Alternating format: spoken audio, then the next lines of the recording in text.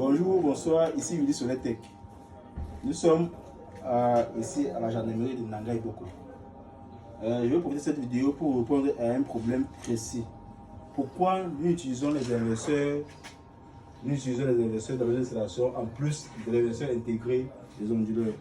Mais je vais y arriver. Pour le moment, nous sommes dans une installation solaire et la titre domestique dans la gendarmerie de Nanga Iboko.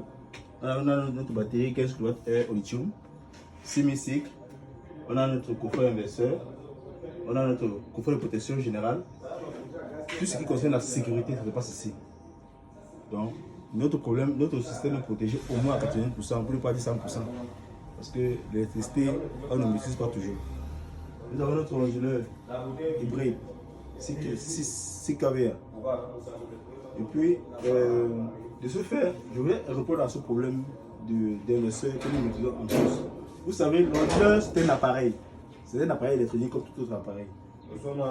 Alors, si dans un réseau électrique, dans une installation électrique, vous avez un système ondulé et que vous venez avec le réseau là, et vous sortez de là pour alimenter votre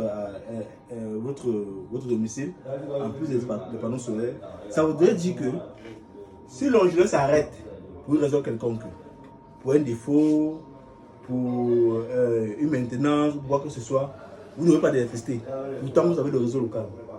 Parce que quand l'onduleur est arrêté, ça veut dire que même son système de fonctionnement interne est en arrêt. Par conséquent, même son inverseur est inutile.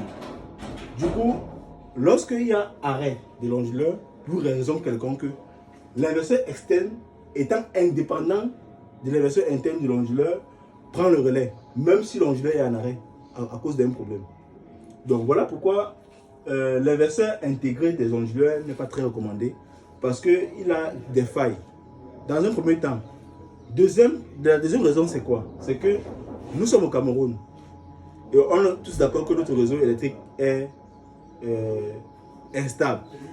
Vous pouvez le remarquer, si je lève ce disjoncteur, qui est le disjoncteur côté réseau, il va nous présenter la tension qui vient 189. 189. Pourtant, le réseau solaire nous produit 230. Alors, ce défaut ou cette mauvaise tension n'est pas bon pour l'onduleur. Cette variation-là n'est pas très bonne pour l'onduleur. Voilà pourquoi nous conseillons de ne pas forcément injecter le réseau local sur les inverseurs parce qu'ils vont fragiliser l'équipement.